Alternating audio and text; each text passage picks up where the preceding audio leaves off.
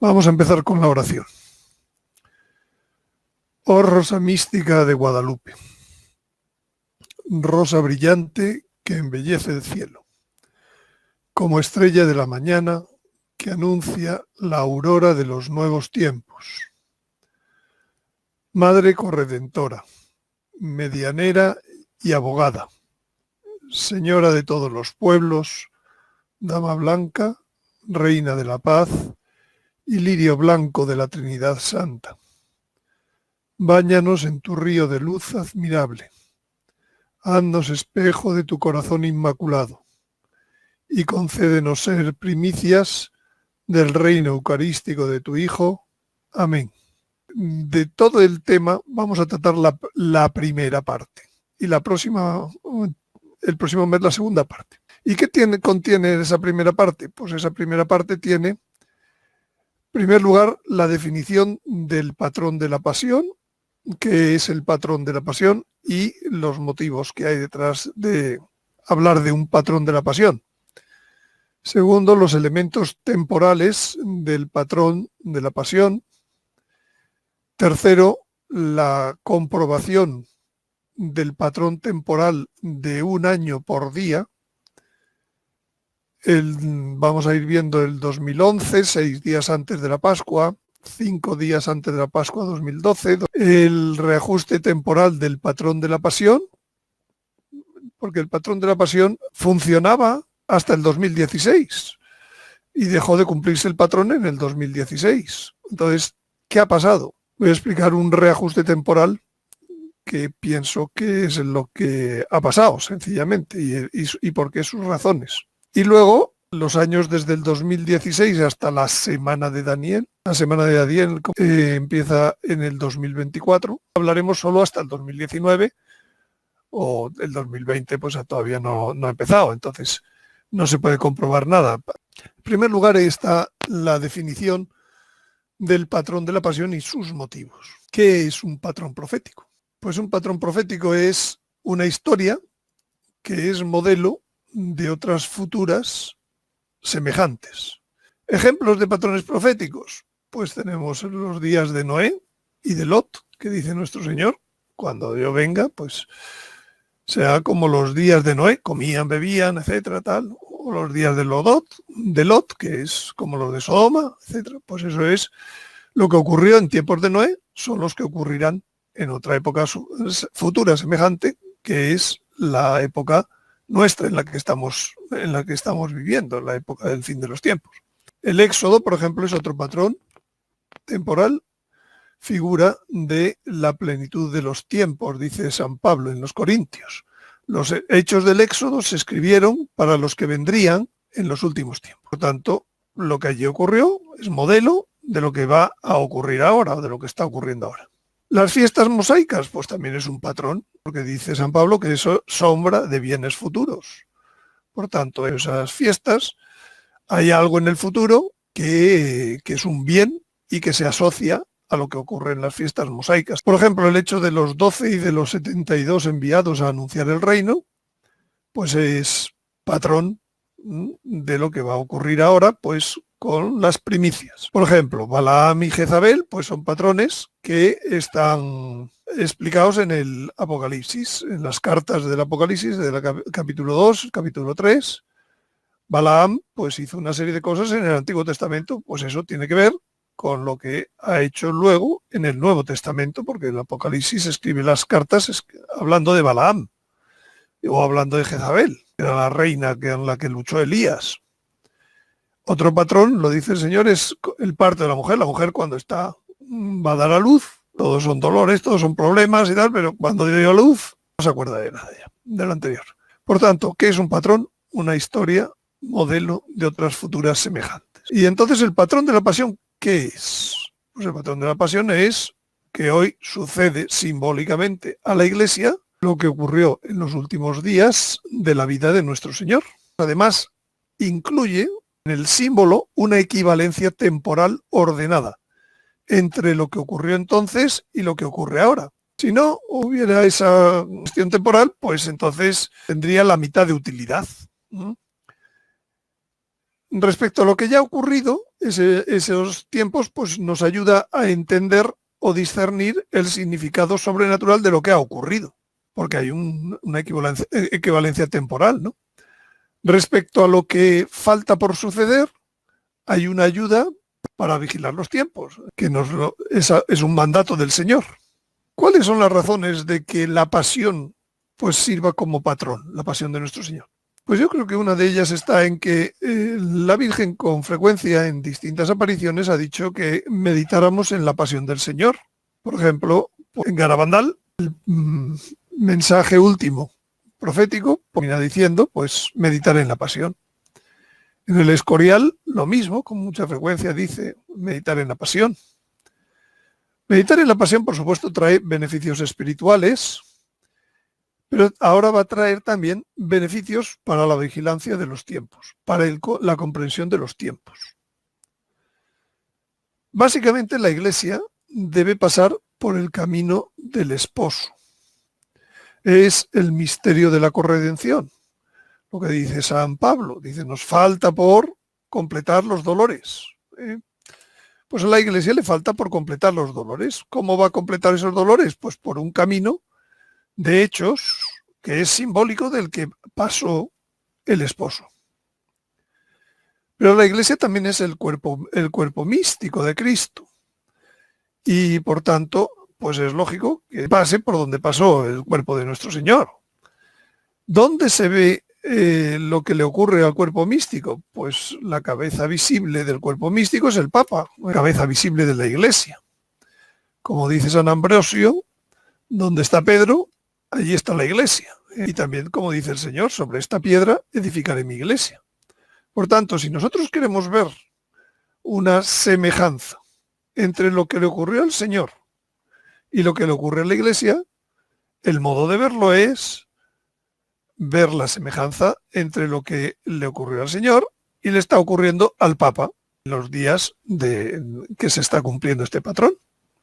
Por tanto, lo que vamos a hacer es un seguimiento del Papa en la charla de hoy y en la charla del que viene, y ir comparando lo que le ocurre al Papa con lo que le ocurrió a nuestro Señor. La Iglesia es la esposa del Cordero, eso lo dice al Apocalipsis, te mostraré a la novia, la esposa del Cordero.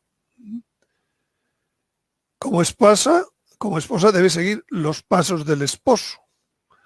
Antes de su triunfo y resurrección debe pasar por su pasión y muerte. Una muerte que sabemos que no es definitiva, porque las puertas del infierno no van a prevalecer contra ella. Y un momento crucial que coincide con la abominación de la desolación. Es la muerte. La muerte de la Iglesia es la abominación de la desolación. Entonces, la pasión, muerte y resurrección de nuestro Señor es símbolo, figura, patrón profético de los tiempos escatológicos del fin de los tiempos. El fin de los tiempos, recuerdan que hay dos conceptos escatológicos. Uno es la regeneración o fin de los tiempos y otro es la recapitulación o fin del mundo. Pues la pasión, muerte y resurrección nos está llevando a lo que ahora mismo a lo que ocurre en los tiempos del fin de los tiempos. Entonces, ¿dónde se ve, como decía, el cumplimiento del patrón? Pues sobre la cabeza visible. En la charla anterior hablaba de que los dos papas, Benedicto XVI y Francisco, tienen una única misión ante Dios, que es estar clavados en la cruz, dentro de este concepto de la pasión. Ejemplos de que tienen la misma misión, única misión. Por ejemplo, la publicación de la encíclica Lumen Fidei, que realmente está escrita por Benedicto XVI, sin embargo, pues el Papa Francisco le añadió algunas cosas, pocas, y la publicó. Prueba de que es la misma misión. Coinciden en una encíclica. Tienen una continuidad en todo el tema de la lucha contra la pederastia en sacerdotes. Es lo mismo, una lucha que empezó claramente sobre ella Benedicto XVI y que la ha seguido Francisco. Por ejemplo, Francisco no añadió al nombre un número de orden. Bueno, como es el primero, pues podemos pensar, pues será porque es el primero. Pero también podemos pensar esto. Pues no tiene número de orden porque es el mismo número, es el mismo que el anterior. Solo que con la variabilidad, los aspectos propios de Francisco. Y a su vez Benedicto XVI señaló su nuevo título como Papa emérito. Esto que a muchos les confunde y dice ¿y por qué? Y tal, ¿qué? Pues de algún modo yo creo que también nos lleva a pensar que los dos son la misma misión. No significa que Benedicto mande ahora, sino que pasa como con Jesús y María en el Calvario. Jesús, uno estaba clavado en la cruz, otro, la Virgen, estaba al pie de la cruz orante. ¿Qué dijo Benedicto XVI cuando se retiró? Pues me voy a retirar a orar por la Iglesia, por el Papa. Pues entonces son también pues esa unión que había entre Jesús y María en el Calvario. Bien, esto hace que haya un cumplimiento misterioso en aquella frase que dijo la Virgen en Garabandal, que después de la muerte de Juan XXIII ya solo quedaban 4 papas para el fin de los tiempos. Pablo VI, siempre se cuenta, Juan Pablo I, Juan Pablo II, y el cuarto papa son 2 papas antes del fin de los tiempos. En realidad son 2 papas, pero es un papa. Desde un punto de vista es un papa. Y dijo, uno de ellos gobernará poco tiempo. De este modo también proféticamente se puede decir que no cambia el lema de la profecía de San Malaquías. Por tanto, no hay que estar complicándose demasiado. ¿Cuál es el lema del Papa Francisco? Y además les voy a enseñar ahora 4 breves detalles de la vida de Benedicto XVI y de Francisco, que les muestra cómo claramente están en la cruz. Son si quieren, un poco anecdótico, ¿no? Pero fíjense, Benedicto XVI, los puntos claves de su pontificado, pues él pues fue afrontar la pederastia clerical. Dice en una de las entrevistas que tuvo en un avión al volver de un viaje, debo decir que estas revelaciones fueron un shock para mí. Hay muchos mexicanos seguramente escuchándome ahora mismo. Aquí tenemos el caso de Maciel, ¿no?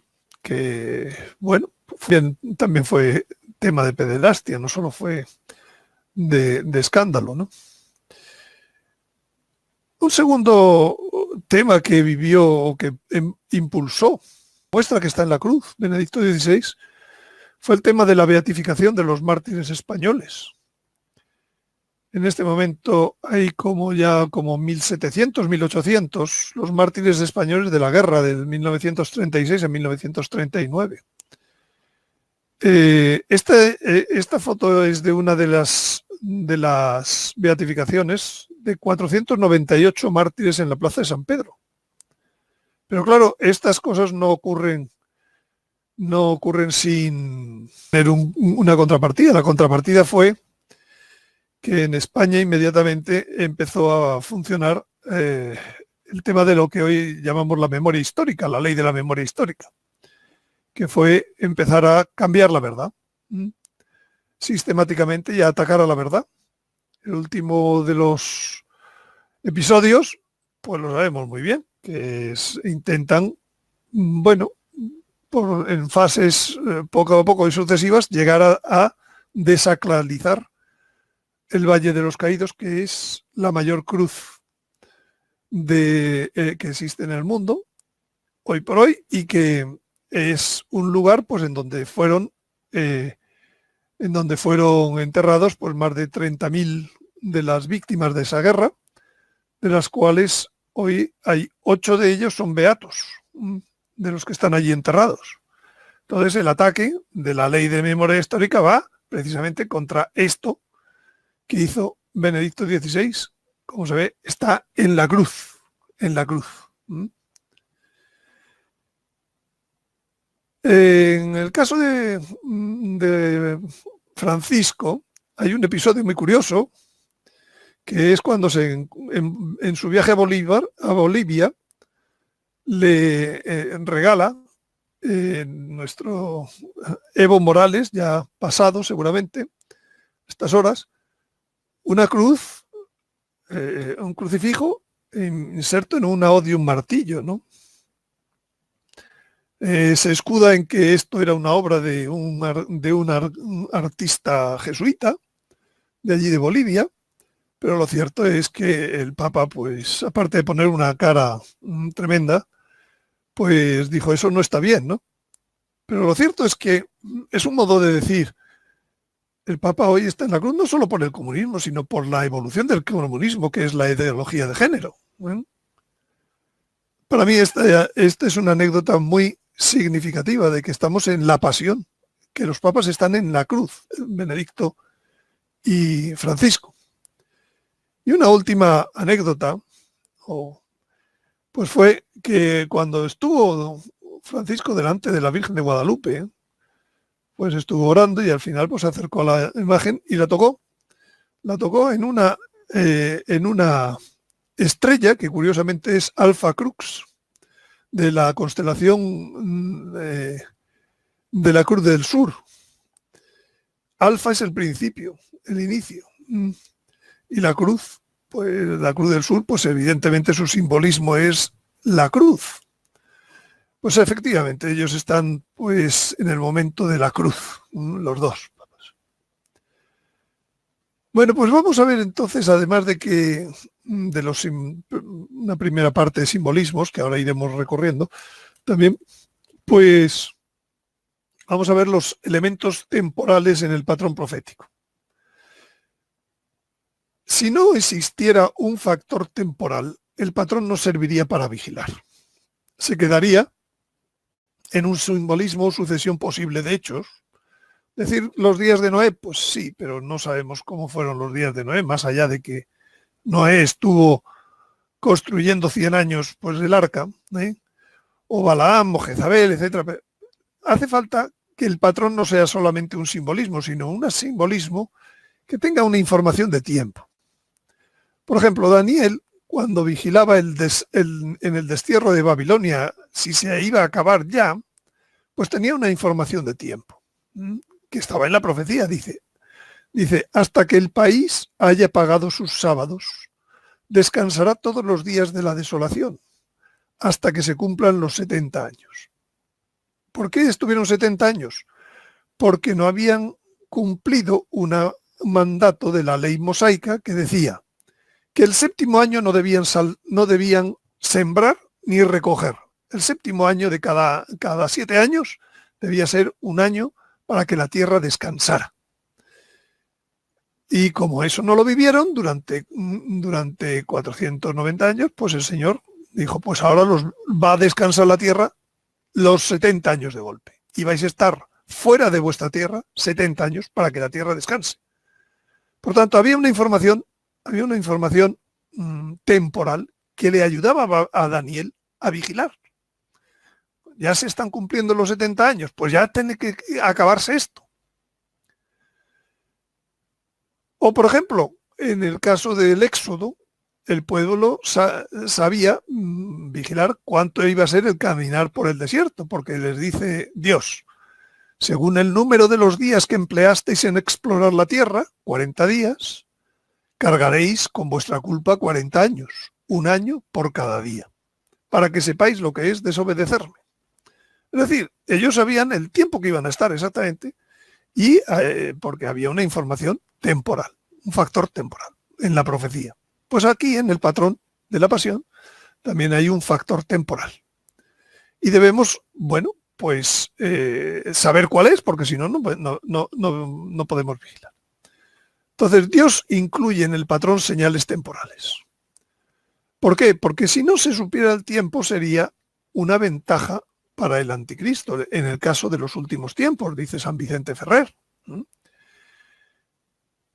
El otro día veíamos un mensaje de la Virgen que decía que ellos, creo que es del Señor, ya saben la hora en que deben actuar. Ellos significa los del ejército del anticristo.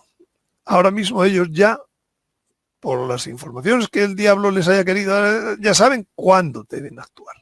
Por tanto, sería una desventaja para nosotros que nosotros no tuviéramos una información para poder intuir los tiempos, para poder saber los tiempos. Bueno, pues en el pasado yo hice varios vídeos acerca del patrón de la pasión. La correspondencia temporal en aquellos estudios del patrón hasta el 2016 se ajustaban exactamente al criterio del Éxodo. De modo que un día en la vida del Señor era equivalente a un año lunar de la vida de la Iglesia hoy. Es muy parecido el año lunar que el año solar. Son 11 días de diferencia. Entonces, para los efectos, podemos decir que un día de la vida del Señor es un año de la vida de la Iglesia hoy. Y eso se cumplía muy bien hasta el año 2016, como ahora vamos a ir viendo. Bien, entonces era un patrón pues, que tenía unas grandes semejanzas con el castigo que Dios le dio al pueblo en el Éxodo. Va diciendo el libro de los Números, dice, los hijos de Israel murmuraban contra Moisés y Aarón. Pues hoy en día el ataque continuado a los papas es una murmuración constante, ¿no?, del pueblo cristiano, ¿no?, contra el Papa. No solo contra Francisco, también esto se hacía con Benedicto e incluso se hizo en los últimos tiempos de Pablo VI, de Juan Pablo II. Sigue diciendo el libro de los Números, dice, y dijo Yahvé a Moisés, ¿hasta cuándo me va a despreciar este pueblo? ¿Hasta cuándo van a desconfiar de mí con todas las señales que he hecho entre ellos? O sea, el segundo elemento es que hay un elemento de desconfianza, de desprecio en el pueblo. Y yo diría que no hay peor desprecio, dice el refrán, que no hacer aprecio. Y hoy en día nadie en el pueblo cristiano hace aprecio de las promesas escatológicas. Hay un desconocimiento total, nadie hace aprecio. Por tanto, el Señor puede decirle hoy a la Iglesia, ¿hasta cuándo me vas a despreciar? ¿Me va a despreciar este pueblo? No solo murmura, sino que desprecia.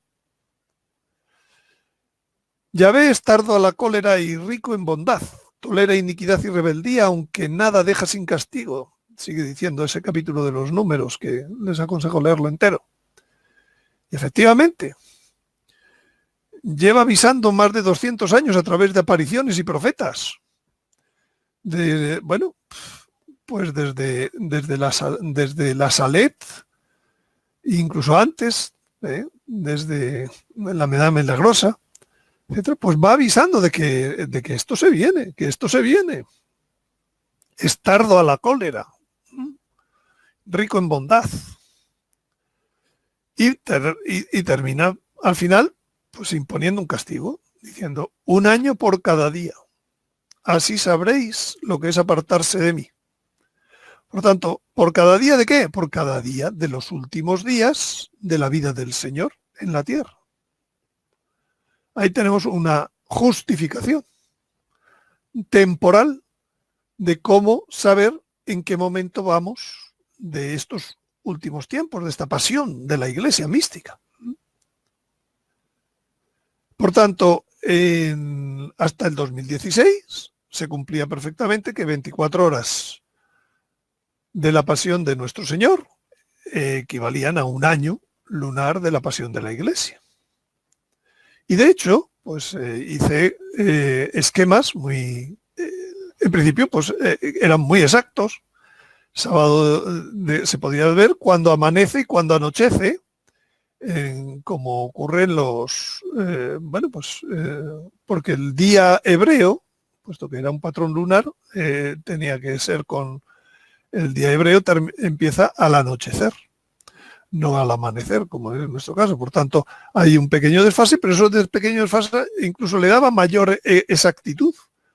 Por ejemplo, uno de los días, exactamente el Domingo de Ramos, encajaba con cuando ocurrió el Domingo de Ramos, la fecha exacta en que ocurrió el Domingo de Ramos del año 2012. Y de ahí pues iba sabiendo cuándo era el lunes santo, cuándo era el martes santo, cuándo era el miércoles santo, y podíamos estar viviendo. A estas horas estaríamos entrando ya en el final de todo. De los 7 tiempos, que es Daniel, de los 7 tiempos, pues ya estaríamos en los tiempos, tendríamos que haber entrado ya en la abominación de la desolación, etcétera. Que era exactamente lo que, bueno, pues según la astronomía sagrada y según otras profecías, pues encajaba, y yo enseñaba pues en aquellos años, año 2013, 2014, 15 y 16. Se puede ver en los vídeos publicados por internet, en YouTube, que, bueno, pues esto era lo que yo enseñaba. Ahora bien, hasta aquí se cumplía el patrón profético, hasta primeros del 16. Durante 5 años y medio, no era poco tiempo de comprobación. Pero dejó de cumplirse. Pero dejó de cumplirse a partir de un tiempo. Entonces la pregunta es, ¿qué pasó ahí para que dejara de cumplirse? ¿Qué ocurrió? Había una exactitud total. Una semana, un día, una hora era 14,75 días perfectamente, y se iba cumpliendo de un modo. Ahora lo reanalizaremos, lo volveré a ver como parte. De modo que teníamos pues este esquema temporal, en donde, bueno, el sábado encajaba pues con la cena de Betania, que hubo 6 días antes de la Pascua. Domingo de Ramos, con la entrada de Jerusalén, pues encajaba con la JMJ de Milán, la JMF de la familia. Lunes, martes, miércoles estábamos viviendo, y hasta aquí, hasta el principio ya del asunto, ya no se produjo ni la invasión de Gog, ni el aviso. ¿Qué pasó? Bueno, pues vamos ahora a verlo, vamos a ver y analizarlo y ver cómo esto se recompone. Hoy en día está, podríamos decir, se ha aclarado ya ese enigma. ¿Por qué se cumplía a razón de 1 año por día y por qué dejó de cumplirse a partir de un momento?